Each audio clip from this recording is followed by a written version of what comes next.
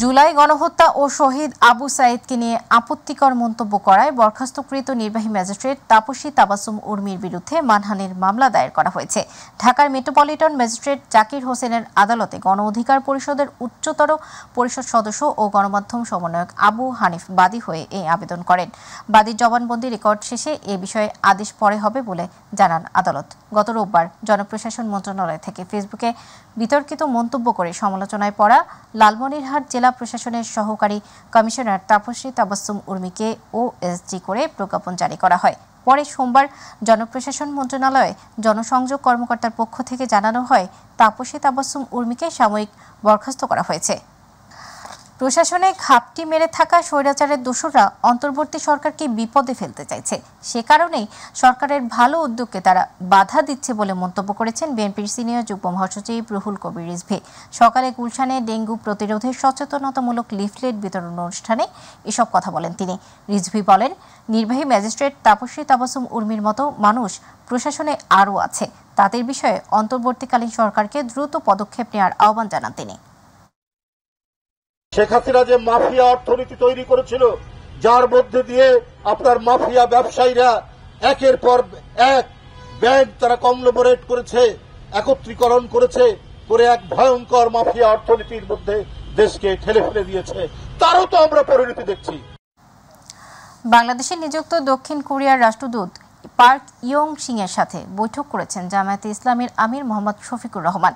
সকালে মগবাজারে জামায়াতে ইসলামীর কার্যালয়ে এই বৈঠক অনুষ্ঠিত হয়। বৈঠক শেষে জামায়াতের আমির সাংবাদিকদের জানান, ছাত্র জনতার আন্দোলনে আহতদের চিকিৎসায় কোরিয়া কেমন ভূমিকা রাখবে এবং বাংলাদেশ থেকে কোরিয়ার দক্ষ শ্রমিক পাঠানো যায় এ নিয়ে কথা হয়েছে। অন্যদিকে বাংলাদেশের সামগ্রিক অগ্রগতিতে দক্ষিণ কোরিয়া একসঙ্গে কাজ করবে বলে জানিয়ে দেশটির রাষ্ট্রদূত বলেন, বরাবরের মতো বাংলাদেশে কোরিয়ার বিনিয়োগ অব্যাহত থাকবে। আমরা আলোচনা করেছি সম্প্রতি আন্দোলনে যারা আহত হয়ে তাদের অঙ্গগুলো, মূল্যবান অঙ্গগুলো হারিয়েছেন এবং যারা চোখ হারিয়েছেন অথবা হারাতে বসেছেন, তাদেরকে কোরিয়া তাদের স্বাস্থ্য বিভাগের পক্ষ থেকে কি সহযোগিতা করতে পারে সেই বিষয়গুলো নিয়েও আমরা তাদের দৃষ্টি আকর্ষণ করেছি এবং তারা আমাদেরকে আশ্বস্ত করেছিল যে এই ব্যাপারে তারা ভেবেচিন্তে আশা করছেন তারা যে ভালোভাবে আমাদেরকে কিছু সহযোগিতা করতে পারবেন। How both countries will enhance bilateral relations. Also, I explained to the party members existing bilateral relations. So, I emphasize the three. One is that the Korea investment is very consistently has been made. Jatrabari থানায় দায়েরকৃত হত্যা মামলায় সাবেক মন্ত্রী দীপু মনি, জুনায়েদ আহমেদ পলক, সাবেক প্রধানমন্ত্রী শেখ হাসিনার শিল্প ও বিনিয়োগ বিষয়ক উপদেষ্টা সালমান এফ রহমান ও সাবেক পুলিশ প্রধান চৌধুরী আবদুল্লাহ আল মামুনের ফের 5 দিনের রিমান্ড মঞ্জুর করেছেন আদালত। মঙ্গলবার ঢাকার চিফ মেট্রোপলিটন ম্যাজিস্ট্রেটের একটি আদালত এই আদেশ দেন। এছাড়া যাত্রাবাড়ী থানার আলাদা হত্যা মামলায় ঢাকা মহানগর গোয়েন্দা পুলিশের লালবাগ বিভাগের সাবেক উপ পুলিশ কমিশনার মশিউর রহমান, সাবেক পুলিশ প্রধান চৌধুরী আবদুল্লাহ আল মামুন 4 দিনের রিমান্ড মঞ্জুর করেছেন আদালত।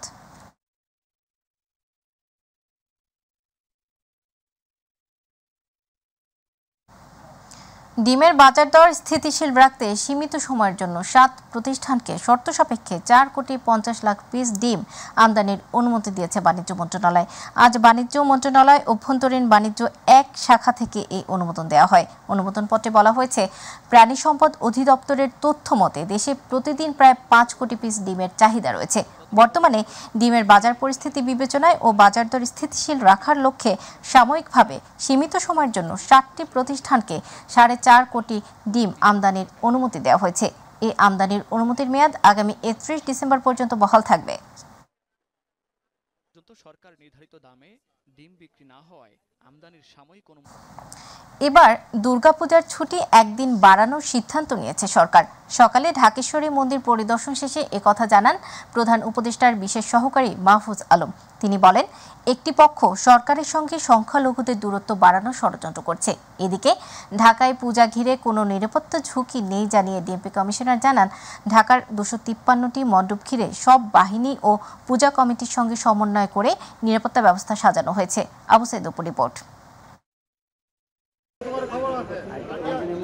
হিন্দু সম্প্রদায়ের সবচেয়ে বড় ধর্মীয় উৎসব দুর্গাপূজার সার্বিক পরিস্থিতি দেখতে ও নেতৃবৃন্দের সঙ্গে দেখা করতে সকালে ঢাকেশ্বরী মন্দির পরিদর্শনে আসেন প্রধান উপদেষ্টার বিশেষ সহকারী মাহফুজ আলম।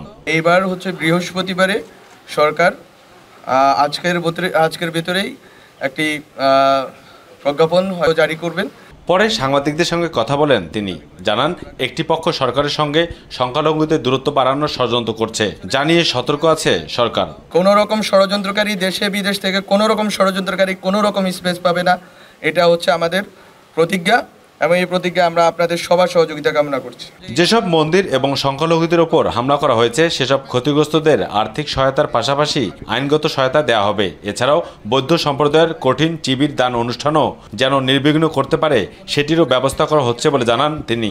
মাত্র গুছিয়ে নিচ্ছি রাষ্ট্রকে, তো এই সময়টাতে আমরা মনে করি খুব দ্রুতই যারা ক্ষতিগ্রস্ত হয়েছে সেই সকল ফ্যামিলিগুলো জাস্ট পুনর্বাসনের জন্যই আমরা টাকা সরকার থেকে দেওয়া হচ্ছে এরকম না, বরং যারা ক্ষতিগ্রস্ত হয়েছে এবং উদ্দেশ্যমূলকভাবে অথবা ইনডিসক্রিমিনেটলি হামলার শিকার হয়েছে তাদের মামলা তাদের জন্য তারা যাতে ন্যায় বিচার পান সেই ক্ষেত্রেও সরকার আইনগত সহায়তার ব্যবস্থা করবে। আর এদিকে পূজাকে ঘিরে ঢাকায় নাশকতায় কোনো শঙ্কা নেই বলে জানিয়েছেন ডিএমপি কমিশনার। সকালে ঢাকেশ্বরী মন্দির পরিদর্শন শেষে তিনি বলেন ইতিমধ্যেই পুলিশের মনোবল ফিরে আসতে শুরু করেছে এবং আমরা কন্টিনিউয়াসলি চেষ্টা করছি আমাদের যে মনোবল সহ শক্তি বৃদ্ধি করার জন্য, এবং অবশ্যই এই জন্য আমরা জনগণের সাপোর্ট চাই, যে পিপল সাপোর্ট আমরা চাই, যাতে করে আপনার যে অপরাধী যে যারা অপরাধী যুক্ত হয়েছেন বা যারা আরও অন্যান্য শ্রেণীর অপরাধী যারা আছে তাদেরকে যাতে আমরা আইন আমলে আনতে পারি, এই জন্য আমরা জেনারেল পিপলের সাপোর্ট চাই সবসময়।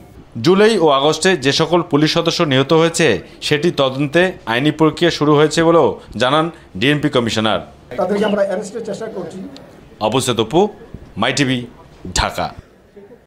স্বরাষ্ট্র ও কৃষি উপদেষ্টা লেফটেন্যান্ট জেনারেল অবসরপ্রাপ্ত মোহাম্মদ জাহাঙ্গীর আলম চৌধুরী বলেছেন, এবারের পূজা ভালোভাবে হবে। প্রতিবার পুলিশ ও আনসার সদস্য থাকলেও এবারে র্যাব, বিজিবি ও সেনাবাহিনী মোতায়েন রয়েছে। সকালে গাজীপুরে কৃষি গবেষণা ইনস্টিটিউটে পরিদর্শন ও মতবিনিময়ের আগে সাংবাদিকদের প্রশ্নের জবাবে এসব কথা বলেন তিনি। উপদেষ্টা বলেন, বাজার সিন্ডিকেট নিয়ন্ত্রণের চেষ্টা করা হচ্ছে। খুব শীঘ্রই নিত্যপণ্যের দাম সহনীয় পর্যায়ে চলে আসবে।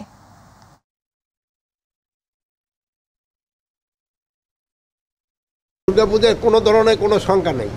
বাড়তি নিরাপত্তা ধরেন যে আমাদের তো ধরেন নর্মাল টাইমে পুলিশ থাকে, আনসার থাকে এবং এই লোকাল যে যারা ভিডিপি তারা থাকে। এবার সব ধরনের বাহিনী ডিপ্লয় করা হয়েছে। এবার পূজা খুব ভালোভাবে হবে। আমি আশা করব যে এবার কোনো ধরনের কোনো রকমের কোনো সমস্যা হবে না। সাবেক প্রধানমন্ত্রী শেখ হাসিনা ভারত ছেড়েছেন কিনা সে বিষয়ে খোঁজ নেওয়া হচ্ছে বলে জানিয়েছেন পররাষ্ট্র উপদেষ্টা তৌহিদ হোসেন। দুপুরে পররাষ্ট্র মন্ত্রণালয়ে তিনি সাংবাদিকদের একথা বলেন। পররাষ্ট্র উপদেষ্টা বলেন, শেখ হাসিনা আরব আমিরাতের আজমানে গেছেন বলে বিভিন্ন সামাজিক যোগাযোগ মাধ্যমে খবর ছড়িয়ে পড়েছে। তবে তার অবস্থান জানতে চেয়ে দিল্লি ও আবুধাবিতে খোঁজ নেওয়া হচ্ছে। তৌহিদ হোসেন বলেন, ভারতে পলাতকরা দেশে ফিরতে চাইলে ট্রাভেল পাস ইস্যু করা যেতে পারে। যদি আদালত ফিরিয়ে আনতে বলে তখন সেই উদ্যোগ নেওয়া হবে।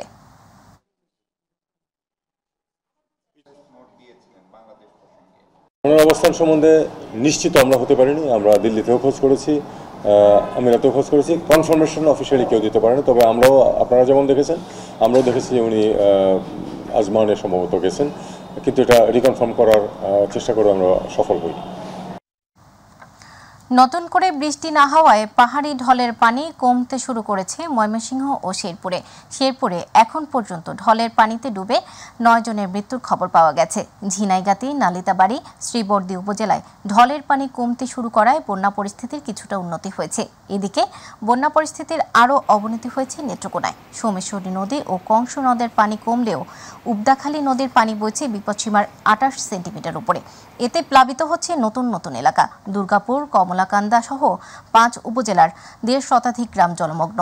পানিবন্দী হয়ে আছে লক্ষাধিক মানুষ। পানির তোড়ে ভেসে গেছে ফসলের মাঠ, মাছের ঘের।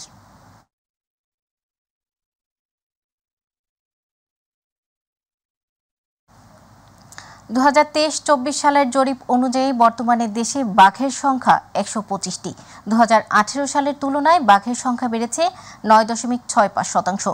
সচিবালয়ে আয়োজিত ব্রিফিংয়ে একথা জানান বন ও পরিবেশ উপদেষ্টা সৈয়দা রিজওয়ানা হাসান।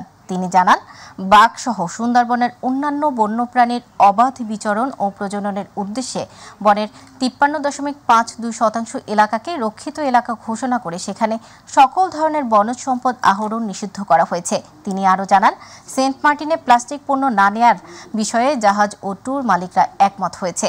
20 অক্টোবরের মধ্যে সেন্ট মার্টিন সম্পর্কে কর্মপরিকল্পনা দেয়া হবে।